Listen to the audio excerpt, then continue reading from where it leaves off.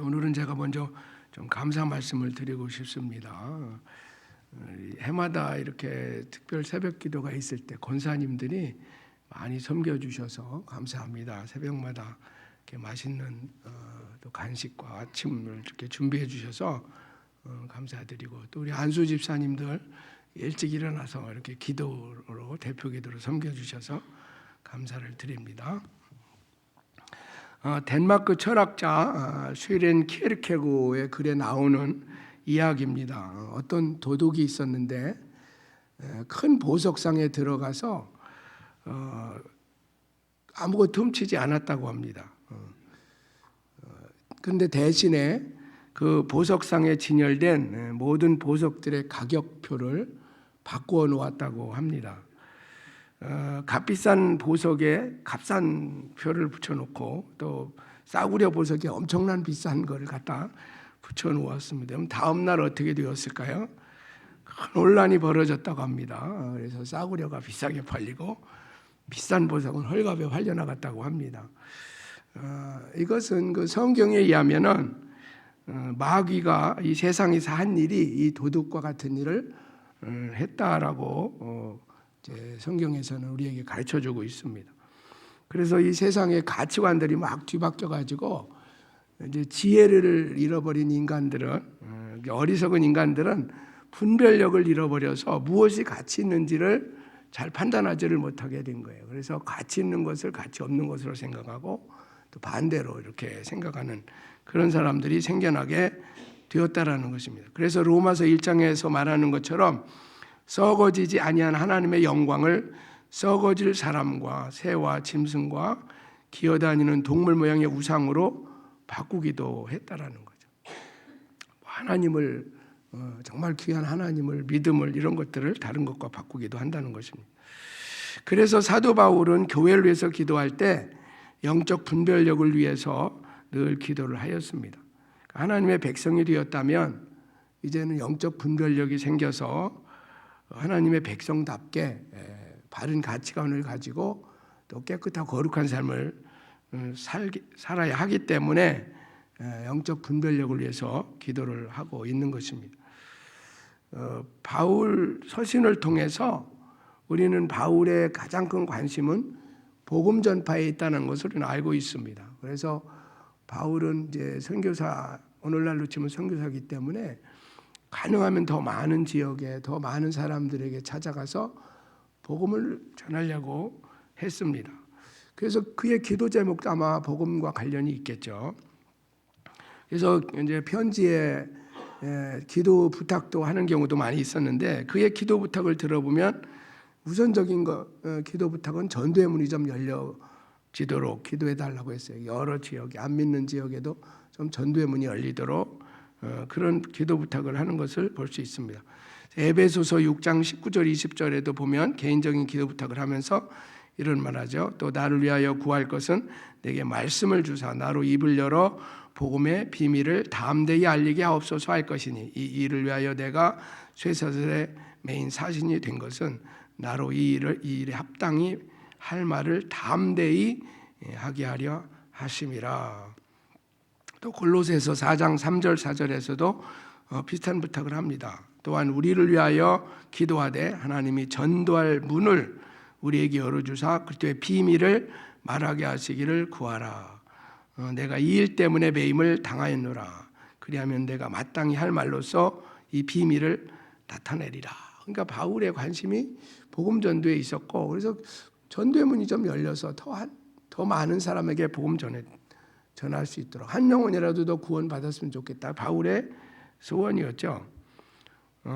그런데 바울이 복음을 전하는 데만 관심이 있었던 건 아닙니다. 복음을 받은 사람의 영적 성장을 위해서도 관심을 많이 가지고 있었어요. 그래서 복음을 듣기만 하고 믿음이 자라지 않으면 안 되니까, 그래서 그들의 믿음이 자랄 수 있도록 또 신앙의 성숙을 위해서 끊임없이 기도를 하였던 것이죠. 자, 예를 들어서 이제 부모가 있었는데 자녀가 없을 때는 그 부모의 제일 큰 기도 제목이 뭐겠어요? 자녀를 위한 기도이겠죠. 자녀. 근데 하나님 그 기도를 들어주셔서 이제 자녀가 태어났어요. 그러면 이제 부모가 자녀를 위한 기도가 끝났나요? 이제 자녀가 생겨났으니까? 아니잖아요. 그 자녀가 잘 자라도록, 또 키만 자라는 게 아니잖아요. 지혜도 자라고 관계도 자라고 성숙한 사람이 될 수 있도록 부모가 계속 돌보면서 위해서 기도하지 않겠어요? 마찬가지죠. 우리가 교회를 위해서 기도할 때 전도만을 위해서 기도하는 건 아닙니다. 그러니까 우리가 믿지 않는 사람들을 전도해서 교회로 인도하는 것도 중요한 우리의 관심이고 기도 제목이지만은 이들의 믿음이 잘 자랄 수 있도록, 우리도 포함해서 우리의 믿음이 잘 자라서 성숙한 크리스찬이 될 수 있도록 위해서 기도를 해야 하는 것입니다. 그래서 사도 바울은 이제 골로새 교회를 위해서 기도할 때도 이 골로새 교회가 계속 잘 성장할 수 있도록 위해서 기도하고 있는 것입니다.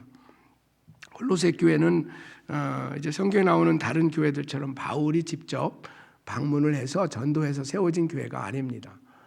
바울의 제자들에 의해서 세워진 교회라고 할 수 있습니다. 그래서 골로새서 1장 7절 8절에 보면은 에바브라라는 사람이 나오는데, 그 에바브라가 아마 복음을 전해서 거기 성경을 전해서 교회가 생겨나지 않았나 이렇게 생각해 볼 수 있습니다.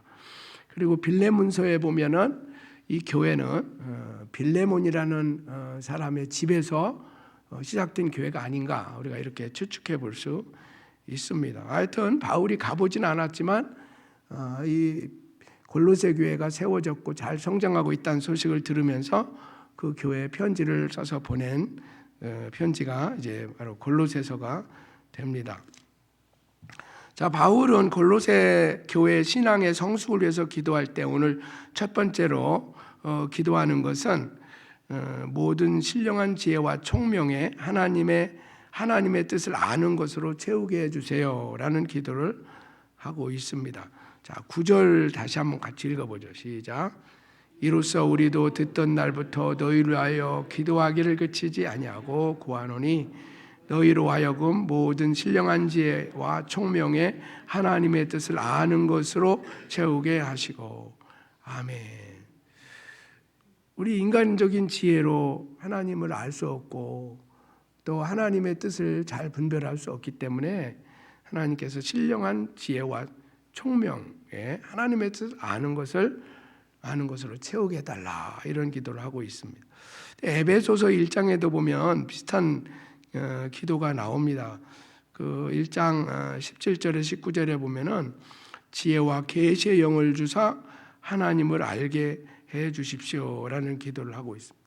성령 지혜와 계시의 영을 주셔서 하나님을 알게 해달라. 그러면 우리가 하나님을 아는 것조차도 인간의 지혜로는, 인간의 지식으로는 불가능하니까, 만약에 인간의 지식으로 하나님을 잘 안다면 공부를 많이 한 사람은 다 하나님을 알고 공부를 많이 못한 사람들은 하나님을 몰라야 되는데 안 그래요. 공부를 많이 한 사람도 하나님 없다 그러고 이상한 생각에 사로잡히는 경우가 있습니다.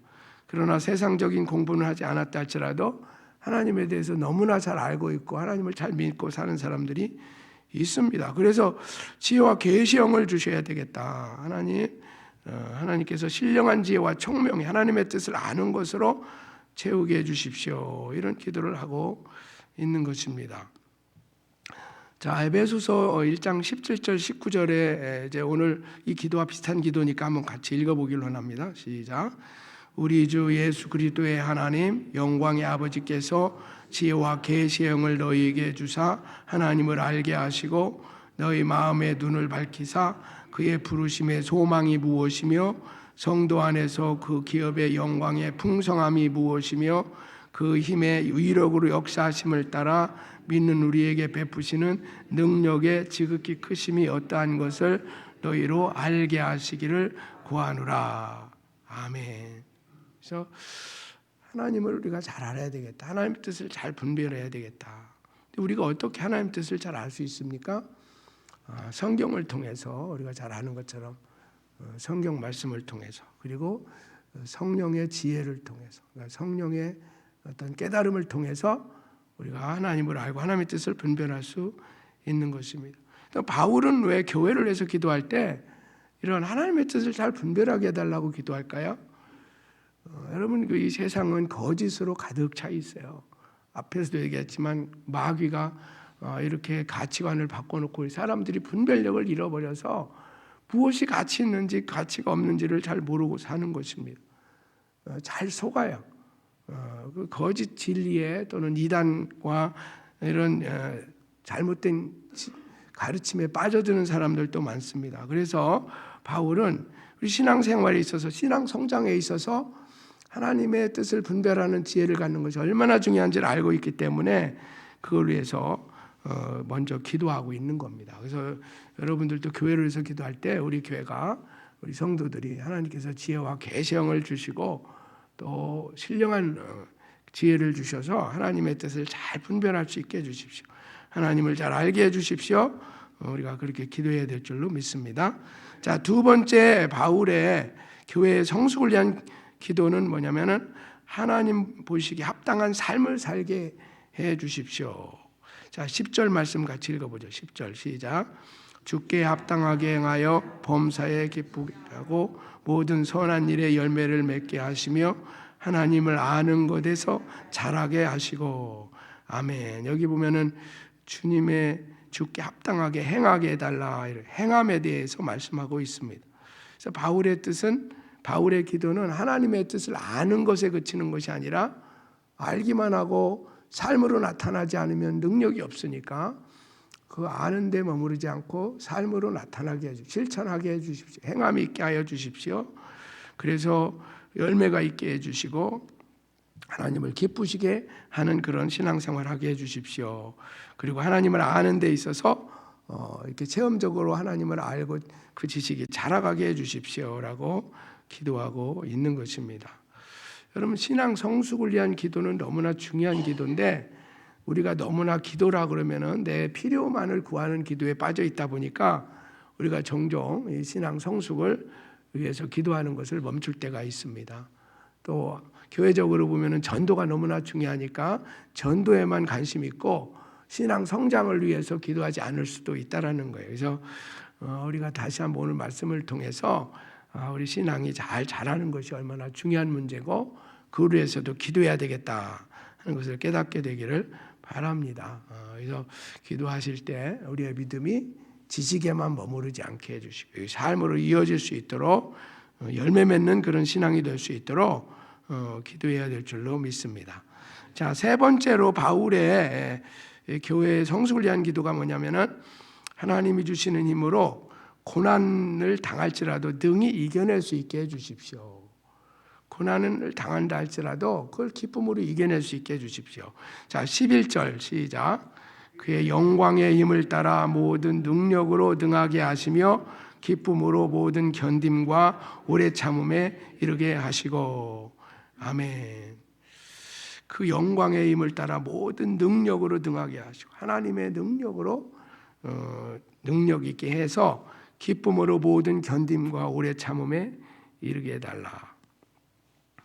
여러분 성도로서의 삶과 고난은 이렇게 뗄래야 뗄 수 없습니다.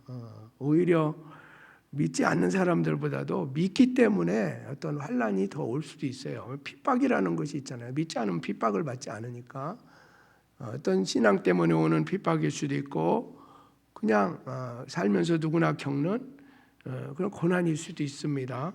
질병이나 가난이나 이런 고통이 우리에게 있을 수 있습니다. 디모데서에 보면 무릇 그리스도 예수 안에서 경건하게 살고자 하는 자는 박해를 받으리라. 바울의 경험이죠. 그래서 경건하게 살려고 하다 보면 박해가 있을 수 있다는 거예요. 주변 사람들의 보이지 않는 그런 따가운 시선도 있고 박해도 있을 수 있다라는 것입니다. 자, 그런 어려움, 고난을 잘 이겨내려면은 바로 하나님이 주시는 이런 믿음이 필요한 것입니다. 그래서 오래 참는 그런 것을 위해서 기도하고 있습니다. 왜냐하면 어떤 고난이 왔을 때 믿음이 성숙되는 경우도 있지만 믿음을 버리고 세상으로 돌아가는 사람들이 있기 때문에 그렇게 하지 않고 좀 참고 이겨낼 수 있도록 하기 위해서 기도하고 있는 것입니다.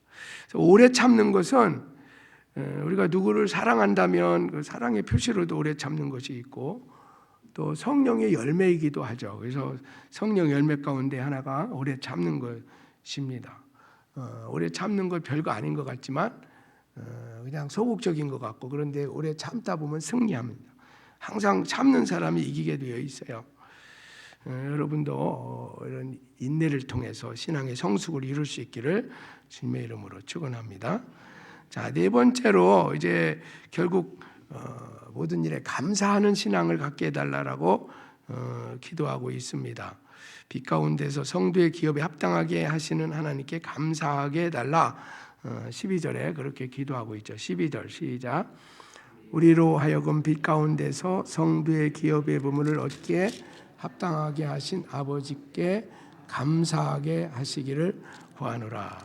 아멘. 그래서 우리가 성도가 돼서 하나님의 자녀가 돼서 이렇게 살아가는, 그래서 이 땅에서뿐만 아니라 오는 세상에서의 많은 그런 기업들을 받아 누리게 될 것에 대해서 깨닫고 늘 감사하는 신앙생활을 하게 해달라고 기도하고 있는 것입니다. 영성의 고전에서 자기 성숙을 위해서 우리가 기도가 많이 필요한데, 특별히 고독의 중요성을 강조하기도 합니다. 그래서 고독이 없이는 영적 생활을 영위하기가 사실상 불가능하다. 헨리 나우엔이라는 영성학자는 이제 그렇게 말했습니다. 그래서 영적 성숙을 위해서는 혼자 있는 시간도 많이 필요하다는 거예요. 자기를 돌아보는 그런 시간이 필요하고, 또 인생의 짧음과 죽음에 대해서 많이 묵상하게 되면 영적 성숙에 도움이 된다. 그렇잖아. 인생이 짧다. 또 죽음에 대해서 묵상을 많이 하게 되면 욕심을 버리는 그런 사람이 되고 신앙 인격의 성숙에 큰 도움이 될 수 있다라는 것이죠. 그래서 아마 바울은 죽음에 대해서 더 많이 말했는지도 몰라요. 그래서 자기가 그리스도와 함께 십자가 못 박혔다 그런 얘기도 하고, 이미 죽었다는 거죠. 더 이상 자기는 살아있지 않다라고 얘기했습니다. 또 나는 날마다 죽노라 뭐 그런 표현도 했습니다.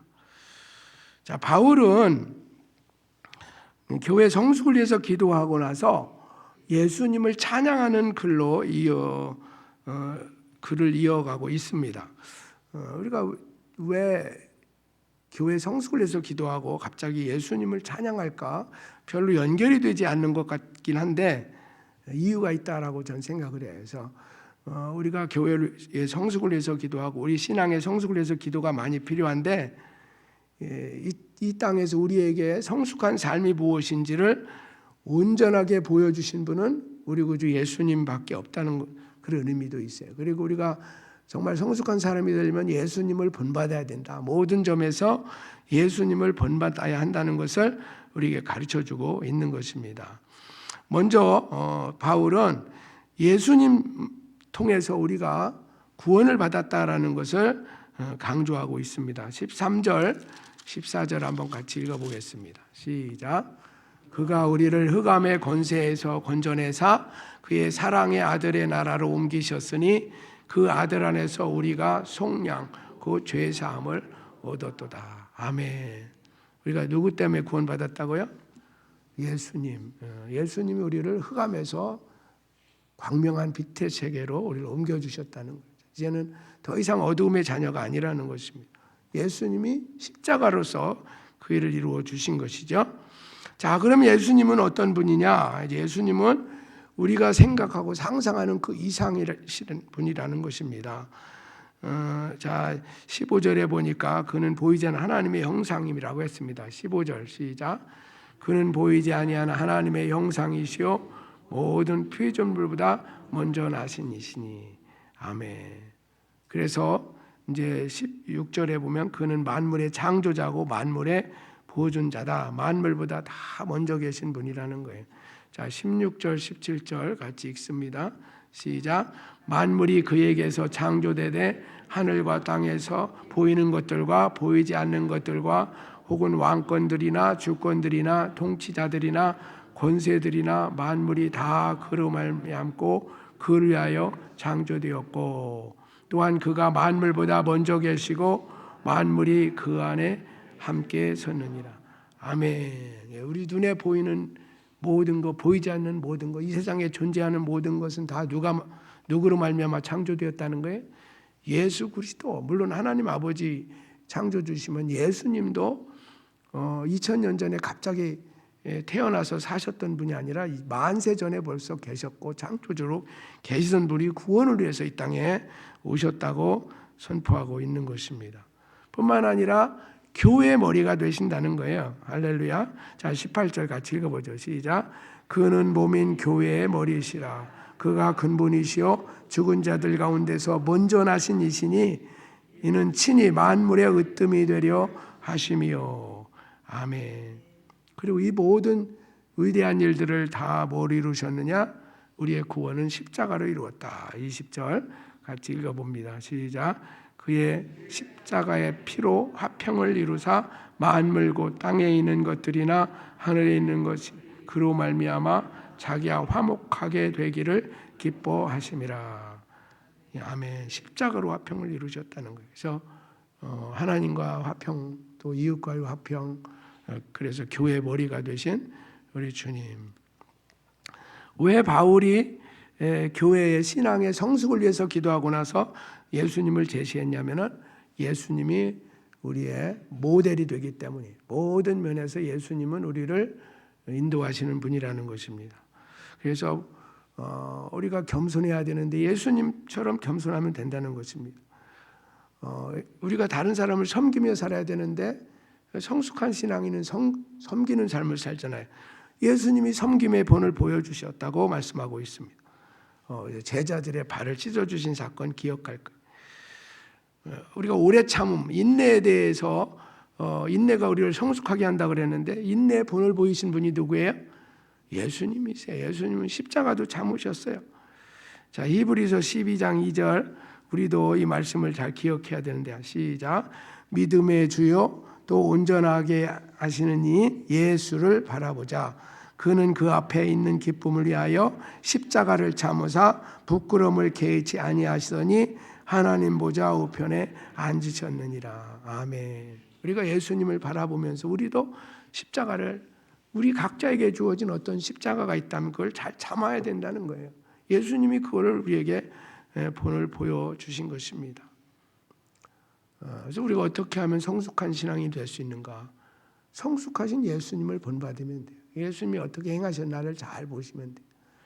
그래서 예수님이 섬기셨으면 우리도 섬겨야 돼요. 예수님이 참으셨으면 우리도 참아야 하는 것입니다. 예수님을 따라가면 우리는 성숙한 사람이 될 수 있습니다. 우리가 기도할 때 좀 구할 것도 많고 얼마나 기도할 제목들이 많습니까? 또 교회를 위해서 기도할 때도 전도도 위해서도 기도해야 되고 또 기도할 제목들이 많습니다. 그렇지만 또 성경에서 우리에게 가르쳐주는 아주 중요한 기도 제목이 우리의 신앙의 성숙을 위한 기도라는 것을 기억했으면 좋겠어요.